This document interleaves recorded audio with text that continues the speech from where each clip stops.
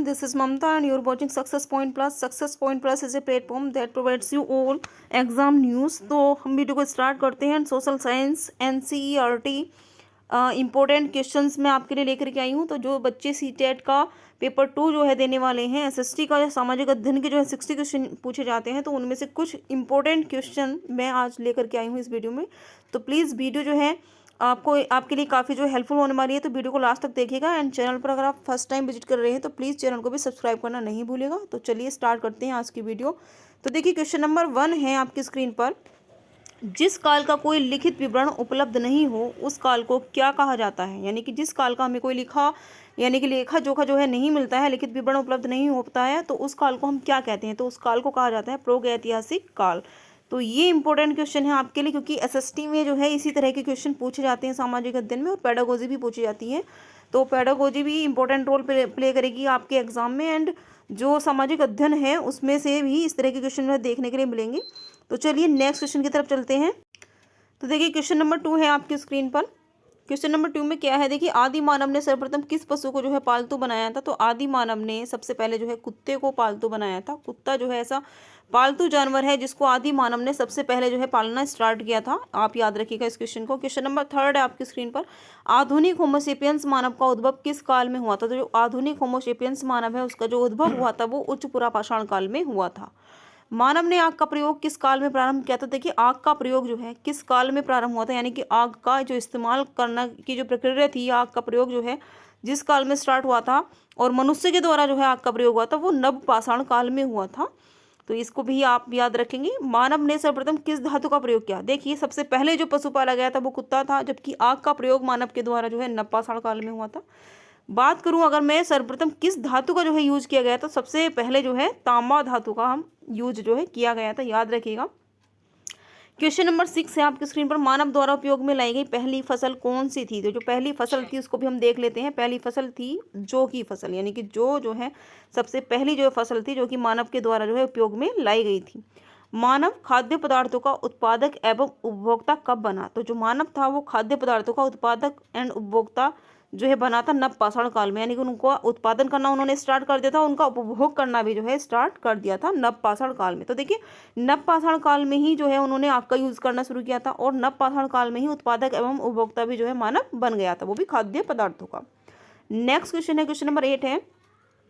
पुरातत्ववादी हड़प्पा के उत्खनन से संबंधित है। तो जो पुरातत्ववादी हड़प्पा है उसके उत्खनन से क्या संबंधित है। तो दयाराम साहनी, क्योंकि दयाराम साहनी ने ही हड़प्पा की जो है उत्खनन यानी कि जो उसकी खुदाई थी वो कराई थी। तो आप याद रखिएगा कि पुरातत्ववादी हड़प्पा के उत्खनन से संबंधित है दयाराम साहनी। चलते हैं नेक्स्ट क्वेश्चन की तरफ। तो देखिए क्वेश्चन नंबर 9 है आपकी स्क्रीन पर। क्वेश्चन नंबर 9 में क्या है, देखिए हड़प्पाई स्थलों में कांस्य नर्तकी की मूर्ति जो है कहाँ से प्राप्त हुई। ये क्वेश्चन काफ़ी बार जो है CTET एग्जाम में जो है पूछा जा चुका है, याद रखिएगा, इंपॉर्टेंट है एग्जाम की दृष्टि से। तो कांस्य की जो नर्तकी की मूर्ति जो है मिली है वो मिली है हमें मोहनजोदड़ो से। कहाँ से मिली है, मोहनजोदड़ो से हमें मिली है। प्रसिद्ध पशुपति की जो मुहर है वो कहाँ से मिली है। तो प्रसिद्ध पशुपति की मुहर जो थी वो भी हमें मोहनजोदड़ो से मिली है, यानी कि अगर नर्तकी की मूर्ति की बात होगी तब भी हमें मोहनजोदड़ो जो है आंसर देना है, एंड पशुपति की मुहर हमें कहाँ से मिली है वो भी हमें मोहनजोदड़ो से ही मिली है। क्वेश्चन नंबर 11 है। सिंधु सभ्यता में गोदीवाड़ी का साक्ष्य कहाँ से मिला है। तो देखिए गोदीवाड़ी का जो साक्ष्य मिला है वो लोथल से मिला है। कहाँ से मिला है, लोथल, याद रखिएगा, लोथल से मिला है। सिंधु सभ्यता में विशाल स्नानागार, देखिए ये क्वेश्चन भी काफ़ी बार जो है रिपीटेड क्वेश्चन है, काफ़ी बार जो है एग्जाम में आ चुका है। तो विशाल स्नानागार की अगर मैं बात करूँ तो विशाल स्नानागार मोहनजोदड़ो से ही मिले हैं। सिंधु सभ्यता की सर्वमान्य तिथि क्या थी। तो सिंधु सभ्यता की जो सर्वमान्य तिथि थी वो आपकी 2500 यानी कि 2500 से लेकर के 1750 ईसा पूर्व थी। इंपॉर्टेंट है, याद रखिएगा। नेक्स्ट है क्वेश्चन नंबर 14। तो देखिए क्वेश्चन नंबर 14 में क्या है, भारत में जो मूर्ति पूजा का आरंभ हुआ वो कब से माना जाता है। तो जो मूर्ति पूजा का आरंभ माना जाता है भारत में वो माना जाता है सिंधु सभ्यता से। कब से माना जाता है, सिंधु सभ्यता से जो है माना जाता है। ऋग्वेदिक आर्य किसकी पूजा करते थे। तो जो ऋग्वेदिक आर्य थे वो प्रकृति की पूजा करते थे, नेचर की जो है वहाँ पर पूजा उपासना जो है की जाती थी। तो देखिए एक बात मैं आपको बताना चाहूँगी मोहनजोदड़ो के बारे में, कि मोहनजोदड़ो का जो अर्थ होता है वो मृतकों का टीला होता है। तो विशाल जो स्नानागार मिले हैं वो भी मोहनजोदड़ो से मिले हैं, और पशुपति की जो मोहर है वो भी हमें मोहनजोदड़ो से मिली है, और कांस्य नर्तकी की जो मूर्ति मिली है वो भी हमें मोहनजोदड़ो से ही मिली है। तो 3 जो पॉइंट हैं मोहनजोदड़ो के बारे में वो आपको याद रखने हैं। तो चलिए नेक्स्ट क्वेश्चन की तरफ हम लोग चलते हैं। तो देखिए क्वेश्चन नंबर 16 है आपकी स्क्रीन पर। क्वेश्चन नंबर 16 में क्या है खास, तो देखिए आर्य भारत में सबसे पहले कहाँ पर बसे थे। जो आर्य लोग थे वो भारत में सबसे पहले कहाँ पर जो है रहना उन्होंने स्टार्ट किया था, कहाँ पर आकर के वो बसे थे। तो देखिए वो सप्त सैंधव प्रदेश में जो है आकर के बसे थे। आर्य का मूल निवास था, तो जो आर्य थे देखिए यहाँ आर्य भारत में सबसे पहले जो बसे थे वो सप्त सैंधव प्रदेश में बसे थे। जबकि आर्य का जो मूल निवास था ना, तो वो मूल निवास था एशिया माइनर। कहाँ पर था? Asia minor. ये भी आया हुआ क्वेश्चन है आपका सीटेट एग्जाम में। प्रसिद्ध जो गायत्री मंत्र है वो किस वेद से लिया गया? नॉर्मल क्वेश्चन है, तो ऋग्वेद से लिया गया था। याद रखिएगा कि प्रसिद्ध जो गायत्री मंत्र है वो किस वेद से लिया गया है। तो देखिए वेदों की संख्या जो है वो 4 होती है, तो ऋग्वेद से जो है, जो सबसे पुराना वेद है ऋग्वेद, वहाँ से जो है गायत्री मंत्र जो है लिया गया है। नेक्स्ट क्वेश्चन आपका, सत्यमेव जयते उक्ति कहाँ से ली गई है? जो सत्यमेव जयते उक्ति है वो आपके मुंडकोपनिषद से ली गई है। आया हुआ क्वेश्चन है, काफ़ी बार जो है सीटेट में और सीटेट से अलग भी जो है अदर कॉम्पिटेटिव एग्जाम होते हैं उसमें भी जो है क्वेश्चन हमें देखने के लिए मिलता है। नेक्स्ट क्वेश्चन है, सबसे प्राचीन वेद माना जाता है। देखिए यही क्वेश्चन अभी मैंने आपको बताया था, और सबसे प्राचीन वेद जो है ऋग्वेद जो है माना गया है।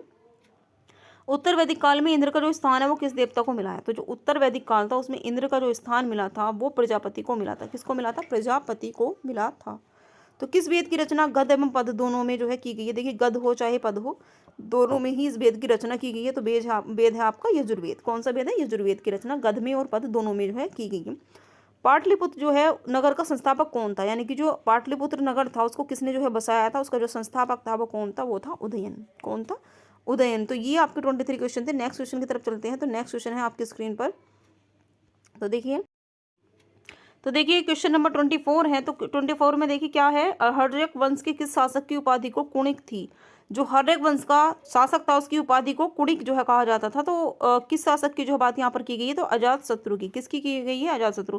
तो देखिए इससे दो जो है पॉइंट आपके क्लियर हो जाते हैं। एक तो हर्यक वंश के किस शासक की उपाधि को कुणिक थी, तो कुणिक जो किसकी शासक की जो उपाधि थी तो वो थी अजातशत्रु की। लेकिन जो अजातशत्रु था वो कौन से वंश का था? हर्यक वंश का। ठीक है। नेक्स्ट क्वेश्चन है आपकी स्क्रीन पर 25 नंबर का, सिकंदर के समय मगध पर किसका शासन था? तो जो मगध पर शासन था वो भी सिकंदर के समय देखिए तो वो धननंद का था। किसका था? धननंद का शासन था। कहाँ पर? मगध पर। तो नेक्स्ट क्वेश्चन है क्वेश्चन नंबर 26 है आपकी स्क्रीन पर। तो देखिए क्वेश्चन नंबर 26 है आपकी स्क्रीन पर, कालाशोक की जो राजधानी थी वो क्या थी? तो जो कालाशोक था उसकी राजधानी थी पाटलिपुत्र। नेक्स्ट क्वेश्चन है 27, सर्वेक्षत्रांतक अर्थात क्षत्रियों का नाश करने वाला कहा गया है? तो देखिए क्षत्रियों को जो नाश करने वाला किसको कहा गया है? वो कहा गया है महापद्म नंद को। किसको कहा गया है? महापद्म नंद को। नेक्स्ट क्वेश्चन है, सिकंदर कहाँ का शासक था? तो जो सिकंदर था वो मकदूनिया का शासक था। कहाँ का शासक था? मकदूनिया का। सिकंदर एवं पुरुष के बीच में प्रसिद्ध जो बिस्तार या झीलम का जो युद्ध हुआ था वो कब हुआ था? देखिए सिकंदर और पुरुष के बीच में एक प्रसिद्ध युद्ध हुआ था जो कि झीलम का युद्ध जो है नाम से जो है जाना जाता है। और कब हुआ था? 326 ईसा पूर्व को जो है हुआ था।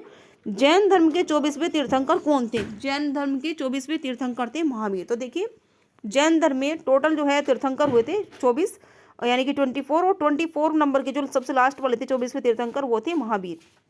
नेक्स्ट क्वेश्चन है 31, महावीर ने जैन धर्म से पूर्व से प्रतिपादित 4 महाव्रतों में से कौन सा जो है 5वां महाव्रत जो है जोड़ा था उन्होंने? तो वो जोड़ा था ब्रह्मचर्य। यहाँ पर थोड़ा लिखा हुआ है, तो ये ब्रह्मचर्य था। ठीक है। जैन धर्म के त्रिरत्न जो है कौन कौन से थे? तो जैन धर्म के जो त्रिरत्न थे वो थे सम्यक ज्ञान, सम्यक दर्शन, सम्यक आचरण। ऐसे ही एज इट इज आपको लिखा हुआ मिलेगा एग्जाम में, याद कर लेना। जैन धर्म और बौद्ध धर्म दोनों ही आपको याद कर लेने हैं, यहाँ से क्वेश्चन देखने के लिए मिलते हैं। महावीर ने किस भाषा में अपना उपदेश दिया था? तो जो महावीर थे उन्होंने अपना जो उपदेश दिया था वो प्राकृत भाषा में दिया था। ये कुछ इंपॉर्टेंट क्वेश्चन थे जो कि आपके सीटेट एग्जाम में काफ़ी जो है बेनिफिशियल जो है साबित होने वाले हैं। तो वीडियो को लास्ट तक देखिएगा सभी लोग। एंड चैनल पर अगर आप नए हो तो प्लीज़ चैनल को भी सब्सक्राइब कर लीजिएगा। और मैं नेक्स्ट वीडियो भी सीटेट से रिलेटेड जो है लेकर के आऊँगी, क्योंकि देखिए SST के लिए सामाजिक अध्ययन की अगर मैं बात करूँ तो सामाजिक अध्ययन में आपके जो है 60 क्वेश्चन देखने के लिए मिलेंगे। तो उसमें से कुछ क्वेश्चन जो है वो आपके पेडागोजी के रहेंगे, लेकिन कुछ क्वेश्चन जो रहते हैं वो आपके SST से यानी कि जो इकोनॉमिक्स से आएंगे और आपका ज्योग्राफी से आएंगे। तो सभी से क्वेश्चन जो है मिलजुल करके आते हैं, तो यहाँ पर आप अच्छे मार्क्स जो है गेन कर पाते हो। वीडियो अगर आपको अच्छी लगी तो प्लीज़ वीडियो को भी लाइक करना नहीं भूलिएगा। Thanks for watching this video.